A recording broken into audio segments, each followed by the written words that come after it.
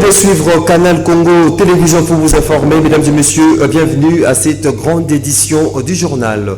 Première visite officielle à Kinshasa du nouveau président zambien Hakainde Hichilema, qui a eu un tête-à-tête ce mardi avec le chef de l'État Félix Antoine Tshisekedi Tshilombo. On participe ce mercredi 24 novembre 2021 à DRC Africa Business Forum. Autre détail dans cet élément. Hakainde Hichilema, nouveau président zambien et en sa première visite en République démocratique du Congo. Accueilli lundi à l'aéroport par le Premier ministre Sama Lukonde, le président zambien s'est entretenu avec les chefs de l'État Félix Antoine Tshisekedi ce mardi sur la coopération entre les deux pays.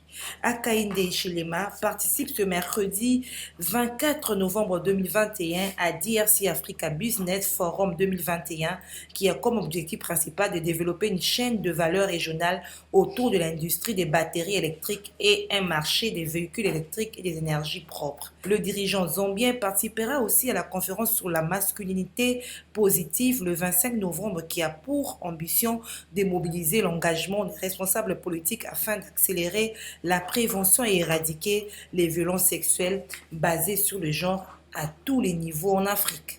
Ils sont désormais capables de fabriquer 1000 bancs et pupitres par mois, en plus de la maçonnerie et des activités champêtres. Les anciens Kuluna transférés à Kanyama KCC sont aujourd'hui capables de contribuer au développement du pays. Ils bénéficient de l'encadrement du commandant du service national, le général-major Jean-Pierre Kassongo Okabouik.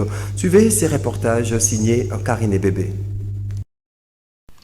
C'est une nouvelle vie qui commence pour ces ex-Kuluna transférés au centre pilote de Kanyama KCC.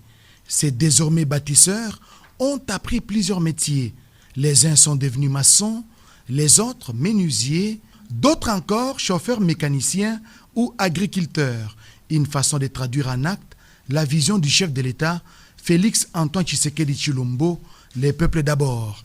Les commandants du service national, le général-major Jean-Pierre Kassongo Okabouik, s'est dit comblé. Notre objectif, pendant qu'ils sont en formation, l'objectif immédiat, c'est qu'avec ces jeunes, nous sommes capables de fabriquer 1000 bancs scolaires par mois. Seulement avec le premier bataillon, pas avec l'ensemble du régiment qui est en formation. 1000 bancs. De 3 élèves chacun. Quand vous faites les calculs, vous vous rendez compte que le 1000 bancs, c'est pour scolariser 3000 élèves. Si on va faire 2 gonds, 3000 élèves dans les avant-midi, 3000 élèves dans les après-midi, donc avec le 1000 bancs que nous fabriquons par mois, nous sommes en mesure de scolariser 6000 élèves. Beaucoup reste à faire, a-t-il ajouté. Imaginez maintenant, nous diploquons cette expérience qui est au centre pilote Laurent Désiré Kabila. Dans chaque province du pays, nous avons ne fût-ce qu'un bataillon de bâtisseurs. Quand vous faites ça par 10 ans, vous multipliez sur les 10 ans, nous serons en mesure de scolariser plus ou moins 2 à 4 millions d'élèves juste avec les bâtisseurs. Les plus heureux de tous, ce sont ces bâtisseurs complètement transformés et reconvertis en citoyens capables de contribuer au développement de leur pays.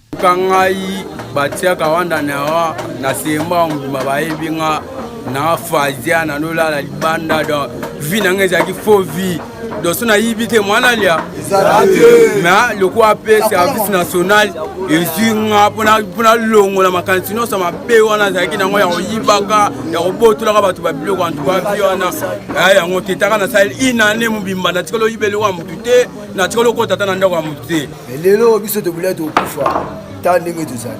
Au service national, la vision du chef de l'État Félix Antoine Tshisekedi Tshilombo, le peuple d'abord et d'application. À l'Assemblée nationale, face aux pénuries chroniques d'eau, la commission aménagement du territoire, infrastructure, postes et nouvelles technologies de l'information et de la communication a auditionné le directeur général de la Régie des eaux qui a les monopoles de la desserte en eau à travers tous les territoires nationaux. Suivez le président de la commission au micro de Gisèle Olivier Tocon.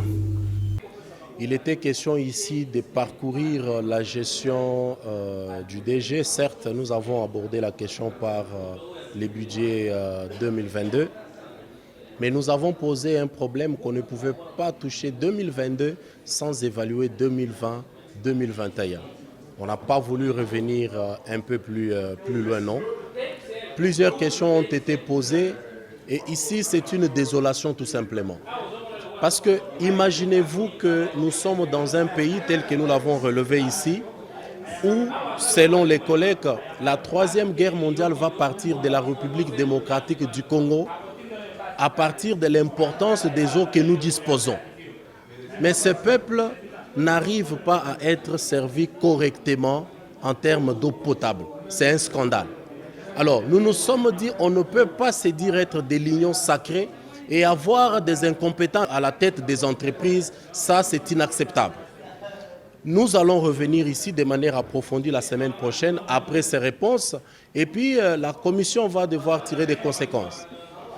Il sera clair que nous allons fixer cette question à la plénière pour qu'ils viennent rencontrer les préoccupations des 500 honorables députés qui représentent la République démocratique du Congo. Moi, pour ma part, j'ai décrié la gestion du monsieur.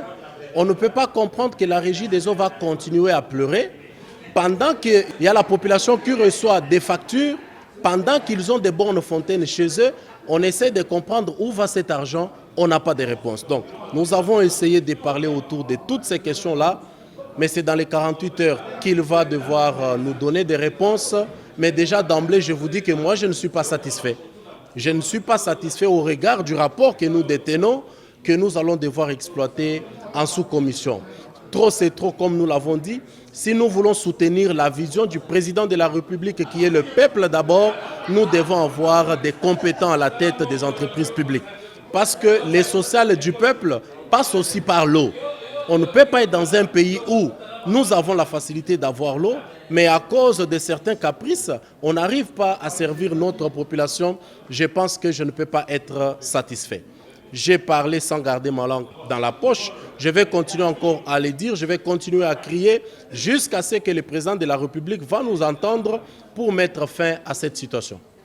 Parlons de l'adoption en seconde lecture par le Sénat du rapport sur la proposition de la loi relative à la protection et promotion des personnes vivant avec handicap. Gisèle Etoko qui revient sur les contenus de cette proposition de loi qui pénalise par exemple l'utilisation des enfants mineurs comme guide. Suivez. Au moins 10 millions de personnes vivant avec handicap en République démocratique du Congo ne jouissent pas de leurs droits inaliénables. Ainsi, la proposition de loi relative à la protection et la promotion des droits de la personne vivant avec handicap en RDC, adoptée en seconde lecture au niveau de la Chambre haute du Parlement, contient les innovations ci-après, un quota pour les personnes qui vivent avec handicap dans la gestion de la chose publique à tous les niveaux national, provincial et même local. Le PVH bénéficie d'une assistance particulière et même en termes de formation adaptée à leurs conditions. La loi pénalise par exemple l'utilisation des enfants mineurs comme guides. Elle permet aux personnes vivant avec handicap d'être insérées dans la société, de trouver leur place, d'avoir une protection juridique même en ce qui concerne leurs biens. Le fait par exemple de spolier un bien appartenant à une personne handicap à cause de son handicap est désormais pénalisé. Cette proposition de loi punit d'une amende de 250 à 500 000 francs congolais toute personne qui viole les dispositions de l'article 43 de cette loi. On y trouve aussi des peines allant de 3 à 6 mois de servitude principale contre toute personne avec handicap ou non qui aura utilisé ou tenté d'utiliser un enfant mineur comme assistance humaine. Notez que sont reconnues personnes vivant avec handicap, des personnes qui souffrent de problèmes d'albinisme, des personnes qui, de par leur naissance ou à cause du travail qu'ils font, connaissent des problèmes qui les empêchent de vivre comme les autres, par exemple les blessés de guerre qui ont soit perdu une jambe ou une partie de leurs membres. Tout à fait autre chose à présent, la justice transitionnelle au centre d'un atelier à Kinshasa entre le magistrat militaire et civil. Le vice-ministre de la Justice, Amato Baya Bazire, a ouvert ce mardi 23 novembre le séminaire sur la justice transitionnelle en République démocratique du Congo. Partage d'expérience avec le magistrat, une activité organisée par les conseils supérieurs de la magistrature avec le concours du Bureau conjoint des Nations Unies pour les droits de l'homme. Nancy Ileka nous en parle. Le vice-ministre de la Justice, Amato Bayubasire, a ouvert ce mardi 23 novembre à Kinshasa le séminaire sur la justice transitionnelle en RDC, auquel ont pris part les magistrats militaires et civils. Selon le vice-ministre de la Justice, le chef de l'État s'est résolu à rechercher la vérité, à rétablir la justice, à réparer les préjudices subis de suite des actes répréhensibles et à garantir la non-répétition des violations des masses et des conflits armés pour une paix durable en RDC. Il s'est engagé à maintes reprises lors de la 43e réunion du Conseil des ministres du 7 août 2020 à mettre en place des mécanismes de justice transitionnelle au niveau national. La RDC ayant vécu des passés des conflits violents et des violations systématiques ou flagrantes des droits de l'homme, les objectifs de la justice transitionnelle lui permettront de réaliser de manière durable la paix, la justice, la réconciliation, la réparation des droits de l'homme ainsi que de la bonne gouvernance et du développement. Le vif désir de mettre en œuvre effectivement les mécanismes de la justice transitionnelle, Son Excellence Monsieur le Président de la République, chef de l'État, a sollicité au mois de novembre 2020 l'appui technique de Madame le Haut-Commissaire des Nations Unies aux droits de l'homme afin d'accompagner notre pays dans ce processus. Pour Abdul Aziz Choye, directeur du Bureau des Nations Unies pour le droit de l'homme, ces assises tombent à point nommé afin de tourner le dos au cycle des violences qui ont endeuillé et continuent d'affecter certaines parties du pays. Le Bureau conjoint se tiendra toujours à vos côtés, aux côtés des autorités congolaises, particulièrement du Conseil supérieur de la magistrature, du ministère de la Justice, du ministère des droits humains, en vue d'appuyer toutes les initiatives allant dans le sens de la promotion d'un processus inclusif de justice transitionnelle. La RDC attend beaucoup de la contribution de nos efforts. Le temps n'est plus au discours, mais aux actes. Les magistrats civils et militaires qui prennent part à ces séminaires viennent de Kinshasa, Équateur, Kasaï central et Maïndombe. La gouverneure ad intérim de la province du Lualaba, Fifi Masuka, salue les efforts du ministre de la Santé, Hygiène et Prévention, le docteur Jean-Jacques Mbongani, dans la riposte contre le Covid-19. Reportage.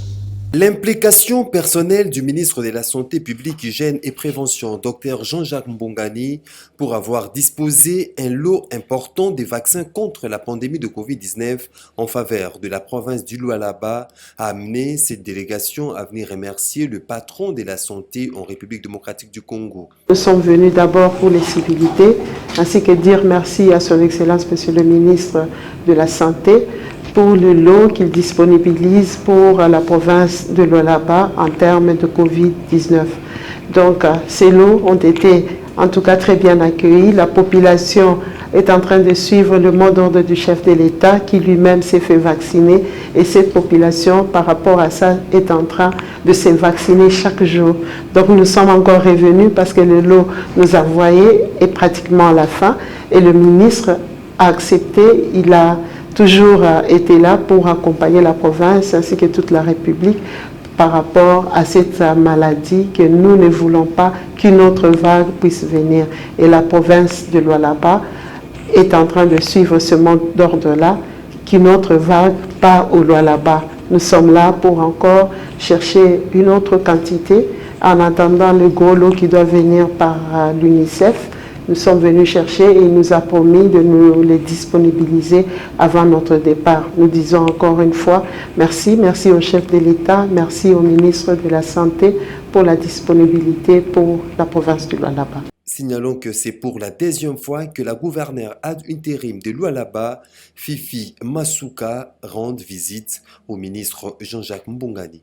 D'un ministère à un autre, le vice-ministre de l'Intérieur, Sécurité, Décentralisation et Affaires coutumières, Jean-Claude Molipé, a reçu en audience lundi la délégation du Centre africain d'études et recherches sur les territoires, commission de l'Union africaine chargée d'accompagner l'État dans la lutte contre le terrorisme, conduite par les colonels Christian Emmanuel Mawaya. Suivez ce reportage signé Gisèle Togo. Cette délégation du Centre africain d'études et recherches sur le terrorisme, commission de l'Union africaine chargée d'accompagner l'État dans la lutte contre le terrorisme, conduite par le colonel Christian Emmanuel Mawaya Pouya, était venue s'informer auprès du vice-ministre de l'Intérieur, Sécurité, Décentralisation et Affaires coutumières Jean-Claude Molipé Mandongo si la loi antiterroriste et l'action qui l'accompagne, votée lors d'un travail d'ensemble avec les RDC, était bel et bien sur la bonne voie pour son adoption. Nous avions fait un travail avec la RDC. Nous avons participé à l'élaboration de la loi antiterroriste et de la stratégie nationale de prévention de lutte contre le terrorisme avec le plan d'action qui l'accompagne. Et donc nous sommes venus pour venir nous rassurer que les documents étaient en bonne voie d'adoption et l'autorité que nous avons rencontrée nous a rassuré que très prochainement le ministère de l'Intérieur va présenter le document au gouvernement. Il s'est engagé fermement à pouvoir faire passer le dossier et le valider. Donc très prochainement, le ministère va présenter le dossier au Conseil des ministres afin qu'ils suivent le chemin, enfin le parcours pour son adoption au niveau du Parlement. Rappelons que cette loi devrait être présentée au Conseil des ministres pour son adoption. Question de mettre fin aux activismes de groupes terroristes sur le sol congolais, comme le veut le chef de l'État, Félix-Antoine Tshisekedi Tshilombo. Implantation le week-end dernier dans la circonscription des Lukunga de la dynamique Guilain Niembo DGN. Elle s'inscrit dans la vision du chef de l'État, Félix-Antoine Tshisekedi Tshilombo, celle de faire du bien-être social de la population son cheval de bataille. Autre détail dans cet élément que nous propose Nadine Tchotchugombo. C'est sous les coups de 16h30 que le directeur du cabinet du chef de l'État, Guilain Niembo, autorité morale de l'Asbel DGN, est arrivé à l'ITC Ngalema où il était attendu par les jeunes et vieux de la circonscription de Lukunga, venus nombreux à sa rencontre. À son arrivée à l'ITC Ngalema, un accueil chaleureux lui était réservé par les amis de Maître Passi Mazoa ainsi que le chef coutumier Tekeumu. En effet, la dynamique Guilain Niembo s'inscrit dans la vision du chef de l'État, Félix Tshisekedi, qui fait du bien-être social de la population son cheval de bataille. Le peuple d'abord oblige.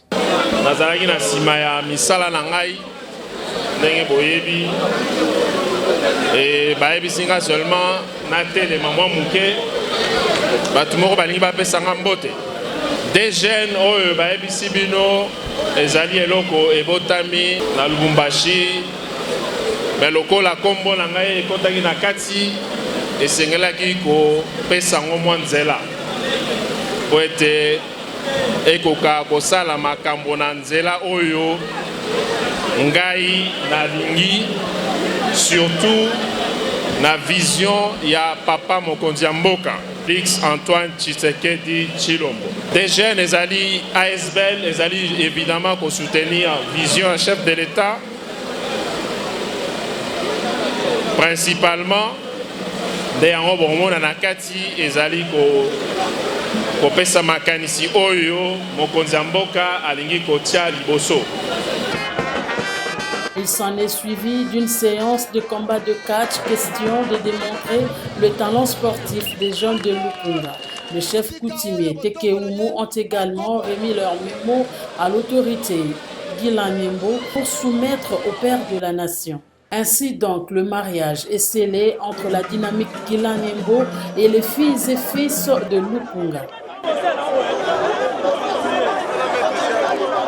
Revenons sur les révélations faites par les consortiums de médias et associations de lutte contre la corruption dans leur enquête Congo Hold Up qui révèle le fait des détournements orchestrés par les animateurs de l'ancien régime. Maître Bazin Pembe, cadre de l'AFDC allié, appelle la justice congolaise à se saisir de cette affaire. Suivez. Les enquêteurs ont donné certains indices, certains repères. Ils ont cité même les noms des personnes dans leurs enquêtes et même les banques citées. Nous en appelons à la justice de la République démocratique du Congo parce que c'est l'argent du contribuable congolais et que la justice puisse s'en saisir de cette affaire et auditionner certains qui sont incriminés dans les dossiers. Je sais que M. Joseph Kabila Kabange a une protection légale, la loi sur les anciens chefs de l'État, la loi du 26 juillet 2018 les protège. Mais parce que nous sommes face à un détournement incroyable, nous en appelons au procureur près la Cour de cassation de s'en saisir des dossiers, de saisir le bureau du Sénat pour que ce dernier examine les réquisitoires pour que M. Kabila réponde de ces faits. S'il est innocent, il va retourner siéger au bureau du Sénat. La CNRF a été aussi saisie du dossier. Ils ont transmis les pièces devant le procureur après la Cour de cassation. C'est la justice de notre pays. Et M. Alinguet, c'est un inspecteur. Et nous en appelons à la justice de la République démocratique du Congo. Nous ne pouvons pas aider ces pays s'il y a encore des détournements, s'il y a encore des corruptions, s'il y a encore des banqueroutes, toutes ces infractions-là en République démocratique du Congo. Moi, j'en appelle aux autorités judiciaires de sauver cette République démocratique du Congo par la justice.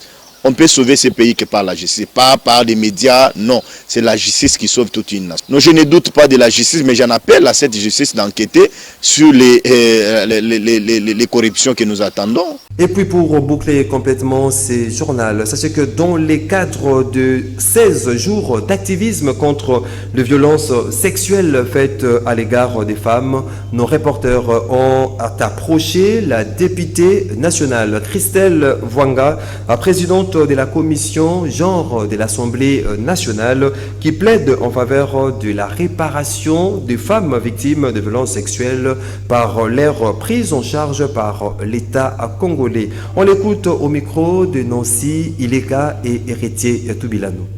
Oranger le monde, mettre fin dès maintenant à la violence à l'égard de la femme, tel est le thème international des 16 jours d'activisme de lutte contre les violences sexuelles faites à la femme.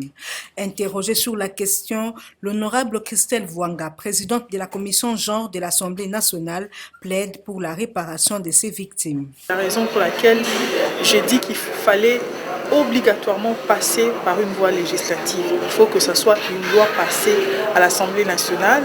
Je comprends que nos ministres veulent aider, mais pour qu'on crée quelque chose de fort et de pérenne, ça doit passer par une loi à l'Assemblée nationale. De cette manière, toutes les générations qui viendront trouveront ces fonds et à mon avis, toutes les victimes seront tant soit peu indemnisées. Alors pourquoi je parle des voies compensatoires? Parce que évidemment, souvent, l'État est buté face à des problèmes, à des problématiques. Et cette voie peut constituer une solution idoine dans le sens où, lorsqu'il n'y a pas de moyens financiers, on peut passer par des terres, on peut passer par des formations. Au fait, c'est tout ça qui accompagne la justice transitionnelle. Le fait de se mettre autour d'une table et trouver des solutions adéquates. Voilà qui met fin, mesdames et messieurs, à cette grande édition du journal. Merci de votre confiance renouvelée et très bonne suite des programmes sur Canal Congo Télévision.